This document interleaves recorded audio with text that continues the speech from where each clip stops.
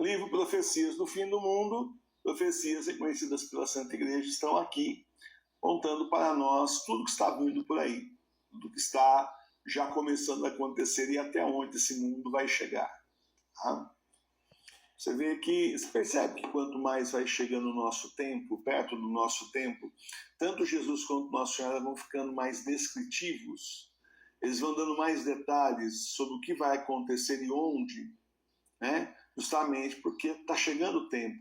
Nossa Senhora fala dentro em breve, Jesus fala dentro em breve, mas para eles o breve não é a mesma coisa que o nosso breve. Quanto é breve para você? 5 minutos? 5 horas? 5 dias? Para Jesus, para Nossa Senhora, o breve, para eles o tempo é diferente. Então, às vezes são 50, 100 anos, mas está chegando. As coisas estão todas se encaminhando, como você está vendo por aí. Nós estamos nas profecias, revelações que foram feitas a beata Helena Aiello, que viveu de 1895 a 1961, né? E agora, então, continua Nossa Senhora falando, depois vai falar a própria beata sobre o que ela está vendo. Preste bem atenção na página 191 aí do seu livro. A humanidade se afastou de Deus e, obcecada pelos bens terrenos, se esqueceu do céu e mergulhou numa corrupção sem precedentes, ainda pior do que durante o dilúvio. Mas agora a justiça de Deus está próxima e será terrível. O Reno será ensanguentado da Suíça, ele carregará cadáveres. O inimigo, como um leão que ruge, avançará sobre Roma, e seu fel envenenará povos e nações inteiras. A irmã Helena diz: oh, que visão terrível eu tenho! Uma grande revolução está acontecendo em Roma. Eles entram no Vaticano, o Papa está sozinho, ele reza, eles seguram o Papa, eles o levam à força, eles bateram nele até derrubá-lo, eles o prendem. Oh meu Deus, eles o chutam. Que cena horrível, isso é terrível. Nossa Senhora se aproxima, esses homens maus caem no chão como cadáveres. Nossa Senhora ajuda o Papa a levantar-se, tomando-o pelo braço, cobre-o com o seu manto e lhe diz: não temas. Vamos ler um trecho de cada vez para a gente poder fazer a reflexão a respeito, né, dessa profecia de hoje tão impactante. Realmente essa parte da beata Helena Aiello, essa parte da beata Helena Aiello está bem impressionante, né? A humanidade se afastou de Deus e, obcecada pelos bens terrenos, se esqueceu do céu e mergulhou numa corrupção sem precedentes, ainda pior do que durante o dilúvio. Hoje em dia vale a pessoa ter e mostrar que tem, não importa como ela conseguiu. Já não importa mais se um país invade o outro para roubar o seu petróleo. Não importa mais esse tipo de coisa. Agora tudo é permitido e tudo convém entre os homens, porque justamente diante de Deus as coisas não são nada assim. Mas nesse fim de mundo que nós estamos vivendo, nesse fim dos tempos que são os últimos tempos, são os tempos do Apocalipse, é isso que nós estamos vendo. Vale tudo. E o indivíduo aí, de repente, fica rico do dia para a noite, como já assistimos alguns anos atrás. Daí ele vai preso, perde uma parte do que tem, depois ele sai, consegue mais coisa e vira notícia de jornal de novo, como se não tivesse sido preso, acusado de corrupção lá atrás. Estou falando de empresário. Um empresário aí que simplesmente foi preso, saiu e agora as revistas já estão bajulando-o de novo, fazendo assim aquele mise-en-scène, assim, aquela propaganda, aquele marketing dele. Então, bom, não interessa como se conseguiu, mas interessa que se conseguiu. E se conseguiu aí dando golpe, se conseguiu aí roubando, bom, tudo bem, melhor ainda. Ó, como você é esperto, cara! Você é um modelo para nós, queremos ser assim também. Só não seja esperto em cima de mim, tá? Umas coisas loucas assim, né? Então é a ganância, é a cobiça, é justamente a pessoa só estar na corrupção e mais corrupção.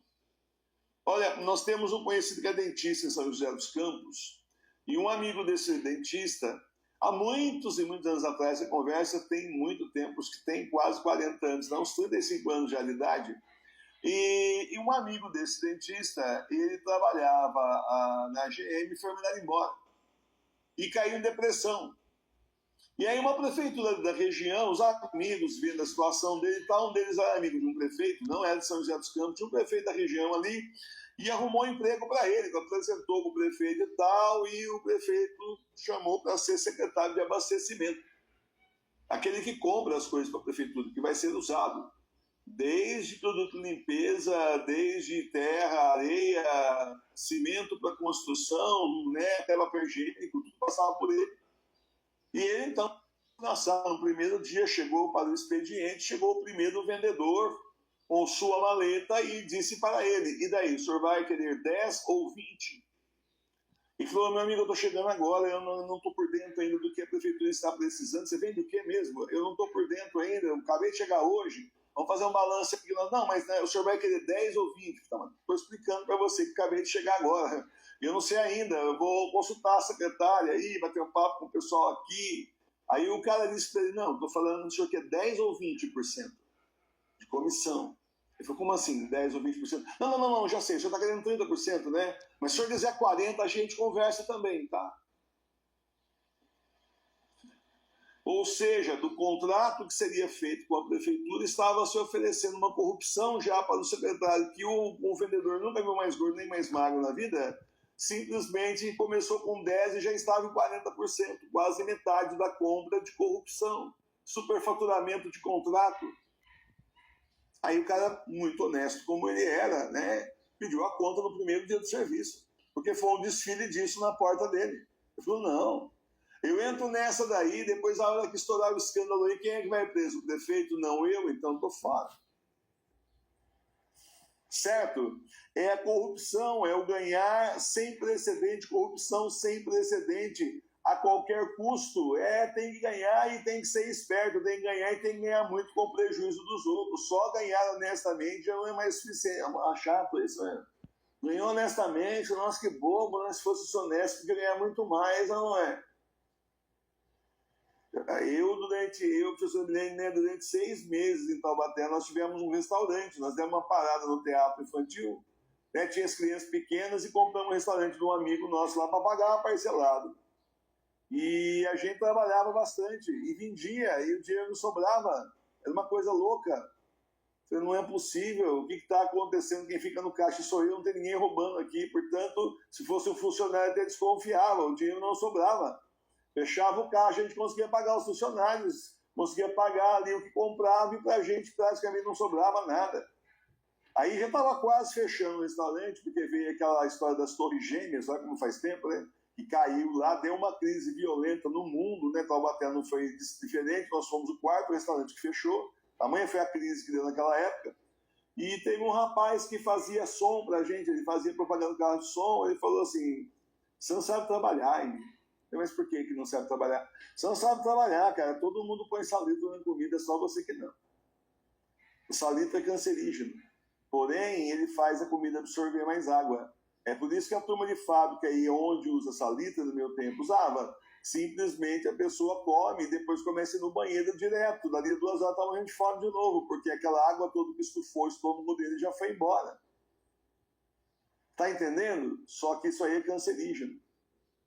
Eu falei para ele, bom, eu não vou comer um negócio desse cancerígeno, não vou oferecer para o meu cliente, sorrindo para ele. Tudo bem com você? Tava gostoso o câncer de amanhã aí, não? Eu falei, bom, então vamos fechar o restaurante mesmo, porque já não tava uma situação ruim, né, por causa das Torres Gêmeas, e ainda por cima a gente tem que ser desonesto, não sabe trabalhar. Então aí essa frase ganhou para mim um novo contexto, um novo sentido. Eu ouvia a pessoa mais velha falar, fulano fechou, não sabe trabalhar. No lugar de não sabe trabalhar, coloque não sabe enganar. O Reno será ensanguentado da Suíça, ele carregará cadáveres, é o rio Reno. O inimigo, como um leão que ruge, avançará sobre Roma, e seu fel envenenará povos e nações inteiras. Os irmãos, a Rússia vai invadir o mundo inteiro. A grande verdade é essa. E no fundo, até, se a gente for contar, já invadiu, porque o comunismo já se espalhou pelo mundo inteiro, da onde veio, da Rússia. Eles espalharam até na igreja. Foi a União Soviética que criou, a antiga, quem é mais velho e lembra disso, quem estudou história também sabe. A União Soviética era o pequeno império ali da Rússia. Eles invadiram um monte de países, a Rússia invadiu um monte de países em volta e formou a União das Repúblicas Soviéticas. E na base da ditadura comunista. E simplesmente acontece que eles espalharam aí os comunistas para o mundo inteiro. Isso inclui Brasil, Estados Unidos, etc. A teologia da libertação, que eu chamo de teologia da condenação, da libertando nada, está condenando, foi criada nos porões justamente do Kremlin ali. Da KGB, o Serviço Secreto Russo. Hoje mudou o nome, mas é a mesma coisa. O Putin aí, que está aí hoje, ele foi aí presidente lá, diretor da KGB. O cara tem história. Você acha que ele está tantos anos no poder aí por causa do quê? Porque é bonitinho? Então, quer dizer, está entendendo? E eles criaram, chama lá Nikita, se eu não estou enganado. Não, não era Nikita. O próprio ditador ali, da época, tem um vídeo meu que fala quem foi, que criou, então, a teologia da libertação, chamou algumas pessoas lá, padres, deu para eles curso e eles saíram por aí. O tal do padre Gutierrez, que morreu recentemente na Colômbia, saiu por aí espalhando. Leonardo Boff pegou depois de carona, segundo conta a história. Aqui no Brasil ele foi a cara da teologia da libertação, mas por aí, quem começou, trouxe para a América do Sul mesmo foi o padre Gutierrez. E aí eles começaram, mas nós estamos já na década de 60, mas na década de 30 já está lá os espiões russos infiltrando agentes russos na igreja, no mundo inteiro, nos seminários. E isso década de 1930, mas lá no século passado, 100 anos antes, Jesus está reclamando para a irmã Maria de São Pedro que ele está muito triste porque os comunistas invadiram a igreja, eram padres e bispos. Estão aí faz tempo. O comunismo nem chamava comunismo ainda, Karl Marx não tinha lançado coisa nenhuma, foi antes disso que o senhor avisou para ela. Já tinha invadido, quer dizer, quando saiu o manifesto comunista, já era velho, o negócio já estava sendo gestado faz tempo. Então, simplesmente, se a gente for ver, já tomaram o mundo, porque hoje o mundo simplesmente está na mão dos comunistas. Ah, professor, eu sou uma cara legal, professor, mas o senhor está meio fora de jornal, né, professor? Porque as notícias, professor, elas estão dando aí conta de que a América Latina, por exemplo, está caindo na mão da direita, professor. Mentira, aqui é direita. É só a banda B, tá? Você tem a banda A e a banda B do comunismo. Essa outra turma banca com o banco de direita, fala o que o povo quer ouvir, mas é tudo farinha no mesmo saco. Nós já aprendemos isso, não aprendemos? E aí vem para a irmã Helena Aiello dizendo, que visão terrível eu tenho, uma grande revolução está acontecendo em Roma, eles entram no Vaticano, o Papa está sozinho, ele reza, eles seguram o Papa, eles o levam à força, eles bateram nele até derrubá-lo, eles o prendem, ó meu Deus, eles o chutam, que cena horrível, isso é terrível. Nossa Senhora se aproxima, vamos pegar esse pedaço aqui. Gente, aqui a gente lendo, parece Papa Bento XVI. A revolução foi feita mesmo, a primavera católica. Só que não o povo na rua, simplesmente os políticos conspirando na nova ordem mundial contra o Santo Padre Bento XVI, obrigando-o a renunciar, entre aspas. Esse foi o golpe contra ele, chamado Primavera Católica, devia se chamar Inferno Católico. Inverno ou Inferno. Para forçar que ele realmente renunciasse. Não foi por medo da morte que ele renunciou, é que ele viu que ia ficar completamente impraticável. Não tinha mais como. O golpe foi muito grande, eles conseguiram cortar até as finanças do Vaticano. O Vaticano tomou milhões de prejuízo. Conseguiram parar todos os caixas automáticos do Vaticano em janeiro de 2013. Papa Bento XVI em começo de fevereiro. Papa Bento XVI, dia 13 de fevereiro, falou, eu vou renunciar dia 14. Todos os caixas voltaram a funcionar. Ou complô internacional. Só que daí no dia 28 ele deu troco, ele falou, olha, eu disse sim para Jesus e o meu sim é para sempre, então eu vou continuar servindo ele diferente, tá? E aí a gente vê isso daqui então, irmão. Nós temos a revolução, eles entram no Vaticano, o Papa está sozinho, ele reza, eles seguram o Papa, eles o levam à força, eles não levaram a força para fora do Vaticano, obrigaram ele a sair. Levaram ele à força.